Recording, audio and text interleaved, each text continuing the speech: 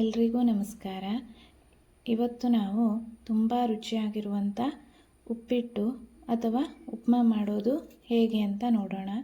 ಈ ರೀತಿಯಾಗಿರುವಂಥ ರುಚಿಯಾಗಿರುವಂಥ ಉಪ್ಪಿಟ್ಟು ನೀವು ಯಾವತ್ತೂ ತಿಂದಿರುವುದಿಲ್ಲ, ಅಷ್ಟು ರುಚಿಯಾಗಿರುತ್ತೆ. ಮತ್ತು ಹೊಸದಾಗಿ ನನ್ನ ಚಾನಲನ್ನು ಯಾರಾದರೂ ನೋಡ್ತಾ ಇದ್ದರೆ ದಯವಿಟ್ಟು ಸಬ್ಸ್ಕ್ರೈಬ್ ಆಗೋದನ್ನು ಮಾತ್ರ ಮರಿಬೇಡಿ. ಹಾಗೆ ಬೆಲ್ಲೈಕನ್ ಕೂಡ ಪ್ರೆಸ್ ಮಾಡಿ. ಹಾಗೆ ನಿಮಗೆ ಈ ವಿಡಿಯೋ ಇಷ್ಟ ಆದರೆ ದಯವಿಟ್ಟು ಲೈಕ್ ಕೂಡ ಮಾಡಿ. ಇವಾಗ ನಾವು ಉಪ್ಮಾ ಮಾಡೋದು ಹೇಗೆ ಅಂತ ನೋಡೋಣ. ಇದಕ್ಕೆ ನಾವು ನಮಗೆ ಇಷ್ಟವಾದಂಥ ತರಕಾರಿಗಳನ್ನು ಕೂಡ ಇದಕ್ಕೆ ಬಳಸ್ಕೊಳ್ಬೋದು. ಇದು ತುಂಬ ರುಚಿಯಾಗಿರುತ್ತೆ. ನೋಡೋಕ್ಕೆ ಎಷ್ಟು ಸುಂದರವಾಗಿ ಕಾಣುತ್ತೋ ಅದೇ ರೀತಿ ಇದು ತುಂಬ ಅಂದರೆ ತುಂಬ ರುಚಿಯಾಗಿರುತ್ತೆ. ಇದಕ್ಕೆ ಬೇಕಾಗುವ ಸಾಮಗ್ರಿಗಳನ್ನು ನೋಡೋಣ.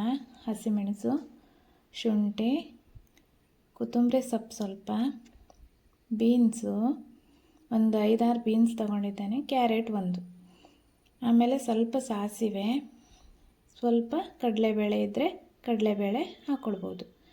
ಆಮೇಲೆ ಈ ಲೋಟದಲ್ಲಿ ನಾನು 2 ಲೋಟ ಆಗುವಷ್ಟು ರವೆ ತಗೊಂಡಿದ್ದೇನೆ.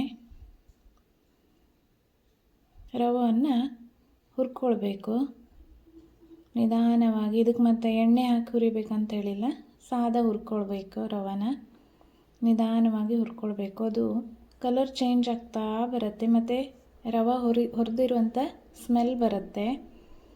ಸ್ವಲ್ಪ ನೋಡಿ, ಕಲರ್ ಚೇಂಜ್ ಆಗ್ತಾ ಬರ್ತಾ ಇದೆ. ಅದು ಕಲರ್ ಚೇಂಜ್ ಆಗ್ತಾ ಬಂದಂಗೆ ರವೆನ ತೆಗೆದು ಬದಿಗಿಟ್ಕೊಂಡು ಒಂದು ಪಾತ್ರೆಗೆ ಒಂದು 6-7 ಸ್ಪೂನ್ ಎಣ್ಣೆ ಸ್ವಲ್ಪ ಜಾಸ್ತಿ ಹಾಕಬೇಕು. 6-7 ಸ್ಪೂನ್ ಎಣ್ಣೆ. ಆಮೇಲೆ ಅದಕ್ಕೆ ಸ್ವಲ್ಪ ಸಾಸಿವೆ ಸಿಡಿದ ನಂತರ ಸ್ವಲ್ಪ ಕಡಲೆಬೇಳೆ, ಕರಿಬೇವಿನ ಸೊಪ್ಪಿದ್ರೆ ಹಾಕ್ಕೊಳ್ಬೋದು, ಇಲ್ಲಾಂದರೆ ತೊಂದರೆ ಇಲ್ಲ. ಆಮೇಲೆ ಸ್ವಲ್ಪ ಹಸಿಮೆಣಸು, ಸ್ವಲ್ಪ ಎಲ್ಲ ಫ್ರೈ ಆಗಬೇಕು.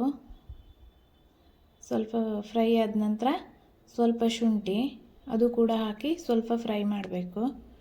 ಆಮೇಲೆ ನಾವು ತೆಗೆದಿಟ್ಕೊಂಡಿರುವಂಥ ತರಕಾರಿ ಬೀನ್ಸು ಹಾಕಿ ಸ್ವಲ್ಪ ಫ್ರೈ ಮಾಡಬೇಕು. ಅಂದರೆ ಯಾವುದು ಬೇಯಿಸಿಟ್ಕೊಂಡಿರೋದಿಲ್ಲ, ಎಲ್ಲ ಇಲ್ಲೇ ಎಣ್ಣೆಯಲ್ಲೇ ಫ್ರೈ ಮಾಡಬೇಕು ಚೆನ್ನಾಗಿ.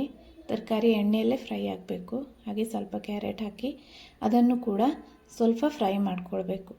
ಅಂದರೆ ತರಕಾರಿ ಬೇಯಿಸದೇ ಇರೋದ್ರಿಂದ ಎಣ್ಣೆಯಲ್ಲೇ ಸ್ವಲ್ಪ ಜಾಸ್ತಿ ಫ್ರೈ ಮಾಡಬೇಕಾಗುತ್ತೆ. ಸ್ವಲ್ಪ ಜಾಸ್ತಿ ಹೊತ್ತು ಎಣ್ಣೆಯಲ್ಲಿ ಫ್ರೈ ಮಾಡಬೇಕು. ಜಾಸ್ತಿ ಅಂದರೆ ಒಂದು 5 ನಿಮಿಷ ಫ್ರೈ ಮಾಡಿದ್ರೆ ಸಾಕಾಗುತ್ತೆ. ಅದು ತರಕಾರಿ ಎಲ್ಲ ಬಾಡಿದ ನಂತರ ಅದಕ್ಕೆ ಸ್ವಲ್ಪ ಕೊತ್ತಂಬರಿ ಸೊಪ್ಪನ್ನು ಹಾಕಿ ಅದನ್ನು ಕೂಡ ಫ್ರೈ ಮಾಡ್ಕೊಳ್ಬೇಕು. ಕೊತ್ತಂಬರಿ ಸೊಪ್ಪು ಲಾಸ್ಟಲ್ಲಿ ಹಾಕೋದು, ಸ್ವಲ್ಪ ಫ್ರೈ ಮಾಡಬೇಕು ಅಷ್ಟೇ. ಆಮೇಲೆ ನಾವು ಯಾವ ಲೋಟದಲ್ಲಿ ರವೆ ತೊಗೊಂಡಿರ್ತೇವೋ ಅದೇ ಲೋಟದಲ್ಲಿ 1 ಲೋಟ ರವೆಗೆ 2 ಲೋಟ ನೀರಿನಂತೆ ಹಾಕಬೇಕು. ನಾನಿಲ್ಲಿ 2 ಲೋಟ ರವೆ ತೊಗೊಂಡಿರೋದ್ರಿಂದ 4 ಲೋಟ ನೀರನ್ನು ಹಾಕ್ಕೊಂಡಿದ್ದೇನೆ.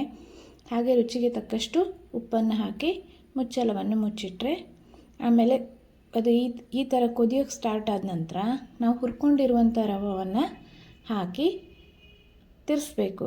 ತಳ ಹಿಡಿಯುವ ಸಾಧ್ಯತೆ ಇರ್ತದೆ.